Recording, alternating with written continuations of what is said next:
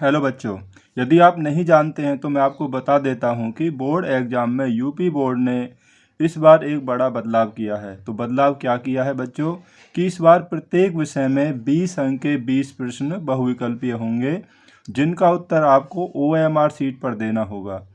तो इसलिए हम आपके लिए यहाँ पर एक सैम्पल पेपर लेकर आए हैं जो कि बोर्ड पैटर्न पर आधारित है। तो आइए इसके बहुविकल्पीय प्रश्नों को सॉल्व करते हैं। तो पहला प्रश्न क्या है, संख्या 144 के अभाज्य गुणनखंड में अभाज्य गुणनखंडों की घातों का योग है। तो जो कि 144 के अभाज्य गुणनखंड कीजिए, उसमें अभाज्य गुणनखंडों की घातों का योग पूछा हमें। तो देखिए कैसे, ये हमने 144 के अभाज्य गुणनखंड यहाँ पर कर लिए।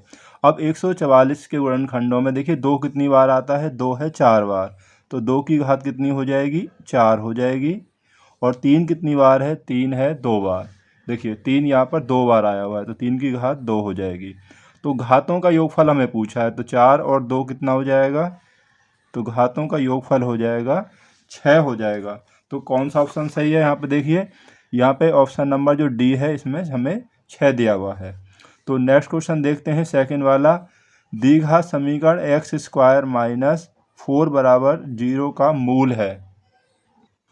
तो देखिए द्विघात समीकरण दिया एक्स स्क्वायर माइनस 4 बराबर 0, तो या एक्स स्क्वायर बराबर ये प्लस का हो जाएगा। तो एक्स बराबर क्या होगा, इस 4 का स्क्वायर रूट लेंगे तो एक्स बराबर कितना हो जाएगा, जब 4 का स्क्वायर रूट लेंगे तो क्या हो जाएगा, प्लस माइनस 2 आ जाएगा। तो यहाँ पर जो इसके मूल होंगे कौन से होंगे, प्लस माइनस 2। तो ऑप्शन कौन सा सही होगा, ऑप्शन नंबर सी हमारा सही हो जाएगा। तो क्वेश्चन नंबर थर्ड देखिए, बिंदु -3,5 की वाई अक्ष से दूरी है। जब वाई अक्ष से दूरी पूछेगा तो हमें क्या लिखना है, एक्स निर्देशांक लिखना है। ये पहला एक्स निर्देशांक होता है, दूसरा वाई होता है। और दूरी हमेशा किस में होती है, पॉजिटिव यानी कि धनात्मक होती है। तो यहाँ पर -3 है तो 3 आना चाहिए, तो 3 इसमें देखिए यहाँ कोई नहीं है, तो ऑप्शन इसमें से कोई नहीं, तो ऑप्शन नंबर डी हमारा सही होगा। लेकिन यदि हमें एक्स अक्ष से दूरी पूछता तो क्या लिखना होता, वाई निर्देशांक जो कितना है 5 है। तो एक्स अक्ष से दूरी कौन सा सही होता, ऑप्शन सी सही हो जाता। अब क्वेश्चन नंबर 4 में देखिए, त्रिभुज ABC में यदि AB 6√3 सेंटीमीटर, AC 12 सेंटीमीटर तथा BC 6 सेंटीमीटर है, तो कोण B की माप है। तो यहाँ हमें कोण B की माप पूछी है। तो देखिए यहाँ त्रिभुज ABC में हमें ये दिया हुआ है, ठीक है, AB BC और C ये तीनों भुजाएं दी हुई हैं। तो आप क्या करेंगे, जो सबसे बड़ी भुजा है कौन सी है, ये है, इसका वर्ग कर लीजिए, यानी कि AC का वर्ग करिए। तो यहाँ 12 है, तो 12 का जो वर्ग होगा कितना हो जाएगा, 144। अब बाकी जो दोनों भुजाएं हैं उनका वर्ग कर दिए, यानी कि AB का वर्ग और प्लस BC का वर्ग कर दीजिए। तो AB हमारे पास है 6√3, तो इसका वर्ग, और यह है हमारे पास 6 है BC। तो 6√3 का वर्ग करेंगे, 6 6 36 और गुणा 3 108 हो जाएगा, और ये हो जाएगा 36। इनका योगफल कीजिए, तो इनका जो योगफल आएगा 108 और 36 का, ये हो गया 144। अब एक बात समझिए, जो सबसे बड़ी भुजा का वर्ग है वो शेष दोनों भुजाओं के वर्गों के योगफल के बराबर है। अब ऐसा किस में होता है, ये होता है समकोण त्रिभुज में, ठीक है। तो ये एक समकोण त्रिभुज है इस तरीक़ा से, ठीक है। अब समकोण त्रिभुज में जो कर्ण होता है सबसे बड़ी भुजा होती है, यानी सबसे बड़ी भुजा हमारी AC है, तो AC हमारा ये कर्ण होगा। तो AC ये कर्ण हो गया। तो 90 के सामने वाला होता है कर्ण, तो यहाँ क्या आएगा, B आ जाएगा। जब AC कर्ण है तो ये वाला जो B है ये क्या होगा, समकोण, क्योंकि 90 के सामने वाला कर्ण होता है। तो जो B है वो कितना होगा, समकोण, यानी कि 90 अंश। तो इसमें देखते हैं कौन सा ऑप्शन सही है। तो इसमें देखिए ऑप्शन B, यानी कि ये 90 अंश हमें दिया हुआ, यही ठीक होगा। नेक्स्ट क्वेश्चन देखते हैं।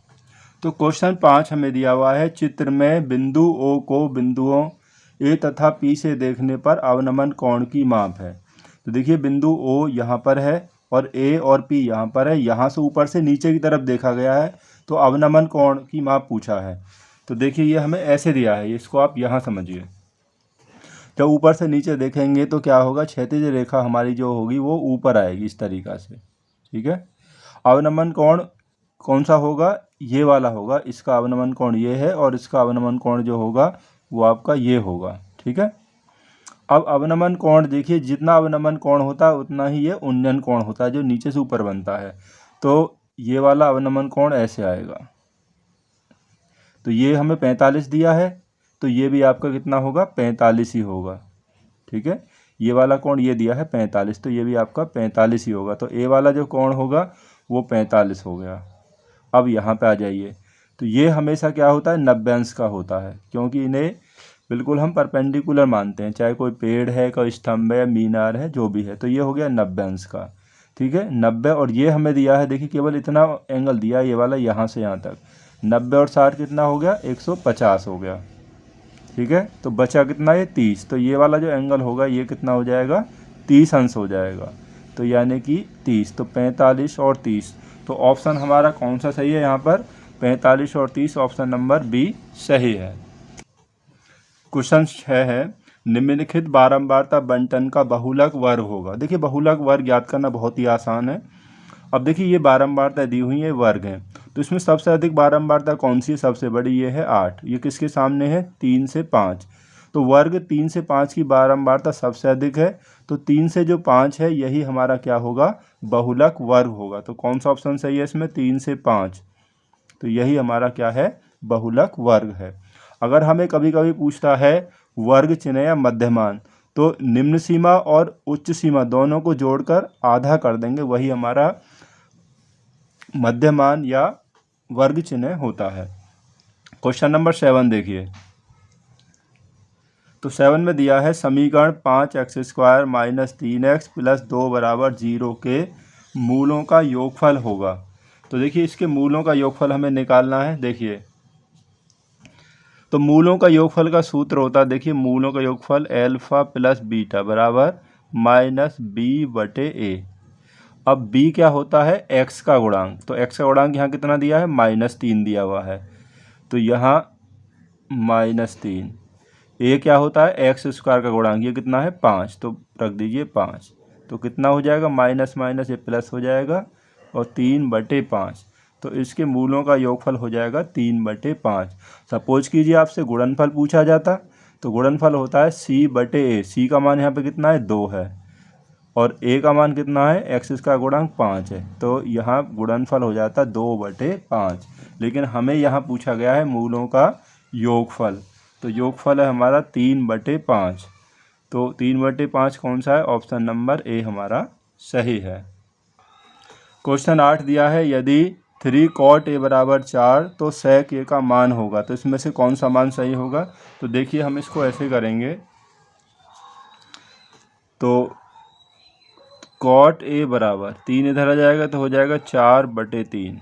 तो cot थीटा, देखिए लाल बट्टे का कम, देखिए cot होता है आपका आधार बटे लंब, तो आधार कितना हो गया, 4 हो गया, और लंब हो गया इसमें 3। तो आप तीसरी भुजा ये निकाल लेंगे। तो समकोण त्रिभुज ABC में पाइथागोरस प्रमेय से कर्ण का जो वर्ग होता है, आधार का वर्ग प्लस लंब का वर्ग, तो ये 16 + 9 यानी कि 25 हो जाएगा। तो AC बराबर हो जाएगा 25 का स्क्वायर रूट, कितना आ जाएगा, 25 का स्क्वायर रूट आ जाएगा 5। तो ये वाली जो भुजा है हमारी कितनी हो जाएगी, 5 हो जाएगी, तीसरी भुजा, ठीक है। अब हमें क्या निकालना है, हमें निकालना है जो उसमें मान sec a का निकालना है। तो ठीक है, तो sec थीटा बराबर होता है आपका, देखिए कॉस के नीचे कर्ण बटे आधार, तो कर्ण कितना है 5 और आधार कितना है 4, तो ये हो जाएगा 5/4। तो ऑप्शन कौन सा सही है, तो 5/4 देखिए ऑप्शन नंबर जो बी है इसमें सही है। नेक्स्ट क्वेश्चन है, 1 से 9 तक की प्राकृतिक संख्याओं का माध्य होगा। तो 1 से 9 तक की संख्याएं देखिए कौन सी होंगी, तो 1 से 9 तक की प्राकृतिक संख्या ये हो जाएंगी। समांतर माध्य क्या होता है, पदों का योग बटे पदों की संख्या। तो इन सभी को जोड़ दीजिए, और संख्या कितनी है, ये संख्या कितनी है, ये 9 है, तो 9 से भाग कर देंगे। इनका जो योगफल होगा वो 45 होगा। 45/9, 9 से 45 में भाग देंगे कितना आ जाएगा 5। तो समांतर माध्य यहाँ पर कितना हो जाएगा, समांतर माध्य हो जाएगा 5। तो ऑप्शन नंबर कौन सा सही है, यहाँ पर ऑप्शन नंबर बी हमारा सही है। क्वेश्चन नंबर जो 10 है देखिए, यदि किसी बारंबारता बंटन का माध्य 20.5 और माध्य का 20 है तो उसका बहुलक होगा। तो कौन सा ऑप्शन सही है। तो देखिए समांतर माध्य माध्य का बहुलक में क्या संबंध होता है, तो बहुलक बराबर होता है 3 गुणा माध्य का माइनस 2 गुणा समांतर माध्य। अब जो हमें इसमें माध्य का रो कितना दिया हुआ है, देखिए माध्य का 20 है और माध्य है 20.5। तो माध्य का 3 गुणा माध्य का 20 माइनस 2 गुणा समांतर माध्य 20.5, तो ये 60 हो गया और गुणा करिए 41 हो गया। तो 60 में तो 41 माइनस कर दीजिए, कितना बचेगा 19। तो यानी कि जो बहुलक होगा वो इनका 19 होगा। तो 19 किस ऑप्शन में दिया है, ऑप्शन नंबर सी हमारा सही है। तो क्वेश्चन नंबर 11 हमें दिया है बच्चों, चित्र में त्रिभुज ABC के आधार BC के समांतर PQ खींचा गया है, रेखाखंड PQ खींचा गया है और PQ अनुपात BC है 1:3। देखिए जो PQ है वो BC के समांतर है, ये इसके समांतर है। तो आपको ध्यान रखना है जब कभी आधार के समांतर कोई रेखा खींची जाती है तो ये जो त्रिभुज बना ना APQ, तो ये इस मूल त्रिभुज के ABC के क्या होगा, समरूप होगा। तो त्रिभुज ABQ जो है APQ त्रिभुज ABC का क्या होगा, समरूप होगा। और जो समरूप त्रिभुज होते हैं उनकी संगत भुजाएं क्या होती हैं, अनुपातिक होती हैं। तो हम इसको ऐसे लिख सकते हैं कि AP/AB पूरी भुजा ये बराबर होगा PQ यानी कि APQ की भुजा बटे BC, ठीक है, इस तरीक़ा से हो जाएगा। अब देखिए AP/AB तो बराबर, अब PQ आपको PQ और BC का अनुपात हमें दिया हुआ है कितना 1:3, तो ये हो जाएगा 1/3 हो जाएगा इस तरीक़ा से, ठीक है। अब देखिए इसको अगर हम पलट देंगे तो ये हो जाएगा कितना AB/AP, तो बराबर इसको पलट दीजिए 3/1 हो जाएगा, ठीक है। अब AB को आप कितना लिख सकते हैं, देखिए AB है यहाँ तक, इसको लिख सकते हैं AP + BP। तो हम इसको लिख लेते हैं कितना, यहाँ मैं आगे कर लेता हूँ, तो इसको लिख देंगे AP + BP बटे AP बराबर ये 3 रहेगा। तो अब इसको आप सॉल्व कर लीजिए, तो इसका मतलब हो गया कि ये AP का बटे और AP + BP बटे AP, यानी AP को हम इसके बटे लिख देंगे और इसके बटे के रूप में लिख देंगे बराबर 3। इससे कैंसिल हो जाएगा एक बार, तो इसको आप इधर ले आइए, तो ये हो जाएगा BP बटे AP बराबर 3 में से 1 माइनस होगा कितना बचेगा, 2 बच जाएगा, ठीक है, 2 या 2/1। अब इसको उल्टा कर दिए, इसको पलट देंगे दोबारा से, तो ये होगा AP/BP बराबर ये 2/1 है तो 1/2 हो जाएगा। तो AP/BP का मतलब है AP अनुपात BP बराबर कितना हो जाएगा 1:2। 1/2 का मतलब है 1:2 हो जाएगा ये AP/BP। इसका मतलब ये हो गया कि AP अनुपात BP बराबर 1/2 यानी 1:2। तो AP और BP का ही हम अनुपात पूछा है। देखिए यहाँ पर AP और PB या BP का अनुपात कितना आया है हमारा 1:2। तो ऑप्शन में कौन से में दिया है हमें, ऑप्शन नंबर जो सी है वो हमारा सही है। तो नेक्स्ट क्वेश्चन क्या है, समीकरण x - y बराबर 2 तथा x + y बराबर 2 का हल होगा। ये तो बहुत आसान क्वेश्चन है। x - y बराबर 2, दूसरा है x + y बराबर 2। देखिए दोनों में क्या है, जो y है और x दोनों इक्वल हैं, या माइनस से प्लस का जोड़ने पर क्या होगा, ये कट जाएगा y, तो यहाँ बचेगा 2x बराबर 2 और 2 4। तो x बराबर 2 से काट लीजिए, x बराबर 2, x का मान 2 हो गया।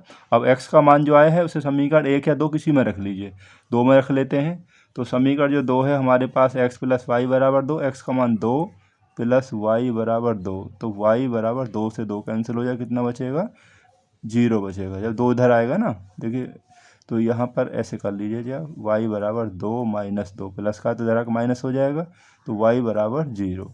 तो इसका जो ऑप्शन है कौन सा सही होगा, x बराबर 2 और y बराबर 0। तो देखते हैं x बराबर 2 और y बराबर 0, तो ऑप्शन नंबर जो बी है वो हमारा सही है। क्वेश्चन नंबर 13, इसको आप ऐसे ही समझ लीजिए। देखिए, किसी धनात्मक पूर्णांक q के लिए प्रत्येक धनात्मक समपूर्णांक का रूप होगा। समपूर्णांक हमेशा किसके रूप में होता है, 2q के रूप में होगा, 2q के रूप में ही होगा। विषम पूर्णांक है तो 2q + 1 के रूप में होगा। सम 2q के रूप में होगा और विषम 2q + 1 के रूप में होगा। तो ये ऑप्शन हमारा सही है। तो क्वेश्चन नंबर 14 हमें दिया हुआ है, बिंदु ए तथा बी से समदूरस्थ x अक्ष पर बिंदु होगा। तो इन दोनों बिंदुओं से समदूरस्थ यानी समान दूरी पर स्थित बिंदु जो कि x पर पूछा है, तो वो क्या होगा। तो देखिए आप ये समझिए, ए और बी हमारे ये हो गए, और x अक्ष पर कोई बिंदु जो होता है हमने P मान लिया, x पर होता है a,0, y पे पूछता है तो वो होता है 0,b। ठीक है, आप ये ध्यान ये y पर होता है। अब ये जो बिंदु P है ए और बी से समदूरस्थ है, यानी कि PA बराबर PB। जब ये दोनों बराबर होंगे तो इनके वर्ग भी बराबर होंगे। PA का मतलब है P और A की बीच की दूरी। अब बीच की दूरी सूत्र होता है आपको पता ही है क्या होता है, x1 - x2 का वर्ग और y1 + y2 का वर्ग होता है। तो वर्ग है तो हम इसके बीच की दूरी निकाल लेते हैं, तो यहाँ हमें रूट लगाने की ज़रूरत नहीं है। तो P और A के बीच की दूरी x1 - x2 का वर्ग प्लस y1 - y2 का वर्ग, ये माइनस में देखिए प्लस हो जाएगा। ठीक है, और प्लस अब PB के बीच की दूरी, तो x1 - x2 ये माइनस का प्लस हो जाएगा, प्लस y1 - y2 यानी कि 9 का वर्ग। ठीक है, ये आप इनको थोड़ा सा ध्यान से रख लेना, ये हो गया इस तरीक़ा से। अब इसे हम कर लेते हैं। देखिए, a - b का होल वर्ग ये होगा a² + b² - 2ab, तो ये 4a हो जाएगा। 5 का वर्ग करेंगे यहाँ 25 ही आ जाएगा, और ऐसे ही आ जाएगा a² b² और प्लस 2ab यानी कि 4a, और ये -9 है तो इसका स्क्वायर हो जाएगा 81। माइनस का स्क्वायर हमेशा प्लस होता है। अब देखिए, इससे ये कैंसिल हो जाएगा, 4 से 4 कैंसिल हो जाएगा। थोड़ा हमें जल्दी सॉल्व करना है। अब ये देखिए प्लस के 4 है, इसको इधर ले आइए। एक तो यहाँ पर है माइनस के 4 है, और ये इधर जाएगा, ये माइनस के 4 है बराबर। ये 81, ये 25 इधर आएंगे तो माइनस के 25 हो जाएंगे। तो माइनस के 8 है बराबर, इसमें से घटा लीजिए 56 बच जाएगा। तो a बराबर कितना आएगा, 8 से कट जाएगा 7 बार, -7। तो बिंदु P जो था वो था a,0, तो a का मान -7 और ये हो गया 0, तो कितना हो जाएगा, -7,0 हो जाएगा। तो देखते हैं कौन सा ऑप्शन यहाँ पर सही है। तो -7,0 यानी कि ऑप्शन नंबर जो ए है वही हमारा सही है। तो क्वेश्चन नंबर 15 देखिए, इसको कागज़ पेन की ज़रूरत ही नहीं है, सिंपल ही हो जाएगा। दो समरूप त्रिभुजों की संगत भुजाएं 9:4 के अनुपात में है, तो क्षेत्रफलों का अनुपात बताइए। तो देखिए, समरूप त्रिभुजों के जो क्षेत्रफलों का अनुपात होता है उनकी संगत भुजाओं के अनुपात के वर्ग के बराबर होता है। अब भुजाओं का अनुपात है 9:4, इनका वर्ग कर दिए, 9 का वर्ग 81 और 4 का वर्ग 16, यानी कि 81:16। तो 81:16 हमें ऑप्शन नंबर सी में दिया हुआ है। तो नेक्स्ट क्वेश्चन देखते हैं। तो क्वेश्चन नंबर 16 है बच्चों, यदि cos² थीटा बराबर 1/2 तो sin² थीटा का मान होगा। तो sin² थीटा का मान निकालना देखिए बहुत आसान है। तो sin² थीटा होता है 1 - cos² थीटा। sin² होता है 1 - cos² और cos² होता है 1 - sin², ये आप ध्यान रखें। तो 1 - cos² का मान कितना दिया है हमें, 1/2 दिया है। तो 2 × 1 = 2, 2 में से गए तो बचे यहाँ पर कितना, 1 में से 1/2 घटाएंगे कितना बचेगा, 1/2 ही बचेगा। तो sin² थीटा का मान कितना हो जाएगा, 1/2 होगा। तो 1/2 कौन सा है, ऑप्शन नंबर जो डी है वो हमारा सही है। क्वेश्चन नंबर 17 हमें दिया हुआ है, चित्र में त्रिज्याखंड OAB की परिमाप होगा। तो ये वाला जो त्रिज्याखंड है इसका परिमाप पूछा। देखिए त्रिज्या कितनी है, 7 सेंटीमीटर, ये 7 है तो ये भी 7 होगी। तो इसका परिमाप होगा OA की लंबाई प्लस OB की लंबाई, और ये जो चाप है इस चाप की लंबाई। तो देखिए, तो 2r दोनों त्रिज्याओं का योगफल प्लस चाप की लंबाई यानी L होता है। तो 2r, r कितनी है 7 प्लस, अब l त्रिज्याखंड की लंबाई होती है 2 पाई r थीटा बटे 360, ये होता है उसे निकालने का। तो ये तो हमारे पास हो गया 14, तो 2 पाई का मान हो गया 22/7 और r हमारे पास 7 है और थीटा कितना है, कोण इसका हमें 60 अंश दिया हुआ है बटे 360, तो 360 ऐसे ही आ जाएगा यहाँ पर ही। ठीक है, तो 7 से 7 कैंसिल हो जाएगा, इससे कैंसिल कितनी बार हो जाएगा, ये 6 बार हो जाएगा। इस 2 से इसको कैंसिल कर लीजिए कितनी बार, 3 बार। तो ये हो गया हमारे पास 14 प्लस ऊपर बचा 22 और नीचे बचा 3, ऊपर 22 और नीचे 3, तो कितना हो गया 3 एलसीएम आ गया, 14 3 42, 42 प्लस 22, तो इन्हें जोड़ दिए कितना होगा, ये होगा 64/3। ठीक है, कितना हो जाएगा 64/3। तो त्रिज्याखंड का जो परिमाप होगा 64/3 होगा। कोई ऑप्शन है ऐसा या नहीं है, देखते हैं। तो 64/3 जो ऑप्शन नंबर 1 है वही हमें दिया हुआ है। क्वेश्चन नंबर 18 देखिए, क्वेश्चन नंबर 18 को यदि हम सॉल्व करें तो थोड़ा टाइम लगे, लेकिन आपको मैं आसान तरीका बता देता हूँ। n प्रेक्षणों का जो माध्य है x बार है, यदि प्रत्येक प्रेक्षण को a से बढ़ा दिया जाए, यानी सब में a जोड़ दिया जाता है, तो नया समांतर माध्य होगा। जो कि पहला जो समांतर माध्य x बार है जोड़ा गया है, सभी में जोड़ा गया, ये ध्यान रखना, प्रत्येक में जोड़ा जाए तो नया समांतर जो माध्य होगा x बार प्लस a हो जाएगा। नया समांतर माध्य x बार प्लस a ही हो जाए, पहले समांतर माध्यम जितना जोड़ा गया वही हो जाएगा। तो ऑप्शन नंबर जो है a सही है। लेकिन अगर ये कहा जाए कि प्रत्येक प्रेक्षण से a घटाया गया है, प्रत्येक से, ध्यान रखना आपको, तो जो नया समांतर माध्य होगा पहले समांतर माध्यम में से इसे माइनस कर देंगे, यानी x बार माइनस a, तो ये ऑप्शन सी वाला फिर सही होता। तो नेक्स्ट क्वेश्चन देखते हैं, क्वेश्चन नंबर 19। 156 का अभाज्य गुणनखंड होगा, तो आसानी से कर सकते हैं, इसकी ज़रूरत ही नहीं है। अभाज्य गुणनखंड कौन से बैठ रहा, देखिए 2 दूनी 4, 4 तिया 12, 12 गुणा 13 करेंगे तो कितना आएगा, 156 ही आएगा। ये आप आसानी से देख लीजिए। देखिए और में इतना नहीं आ रहा होगा, किसी में कम या ज़्यादा आएगा। 2 का वर्ग 4 होगा, 4 गुणा 3 12, 12 गुणा 13 कितना होगा, 156। और ये सभी कैसे हैं, अभाज्य गुणनखंडी हैं। तो ऑप्शन नंबर जो बी है हमारा वही सही है। तो नेक्स्ट क्वेश्चन और देख, तो क्वेश्चन नंबर 20 हमें दिया है सेक 2 सेक थीटा बराबर 2 है, तो थीटा का मान होगा। देखिए आप सेक कॉस का उल्टा है, तो कॉस 60 का मान होता है कितना, 1/2। तो कॉस 60 का मान 1/2 होता है, तो कॉस का उल्टा सेक होता है, तो सेक 60 का मान कितना होगा, 2 होगा। तो यहाँ पर थीटा का मान कितना हो जाएगा, यानी कि 60 अंश हो जाएगा, क्योंकि सेक 60 बराबर 2 ही होगा। तो इस वीडियो में हमने इन सभी प्रश्नों को हल किया कि जो कि MCQ प्रश्न थे 1 से 20 तक। तो आप इस प्रैक्टिस सेट की अच्छी तरह से तैयारी कर लें। तो आपसे जल्दी ही मिलते हैं अगले और प्रैक्टिस सेट के साथ में। Thanks for watching this video.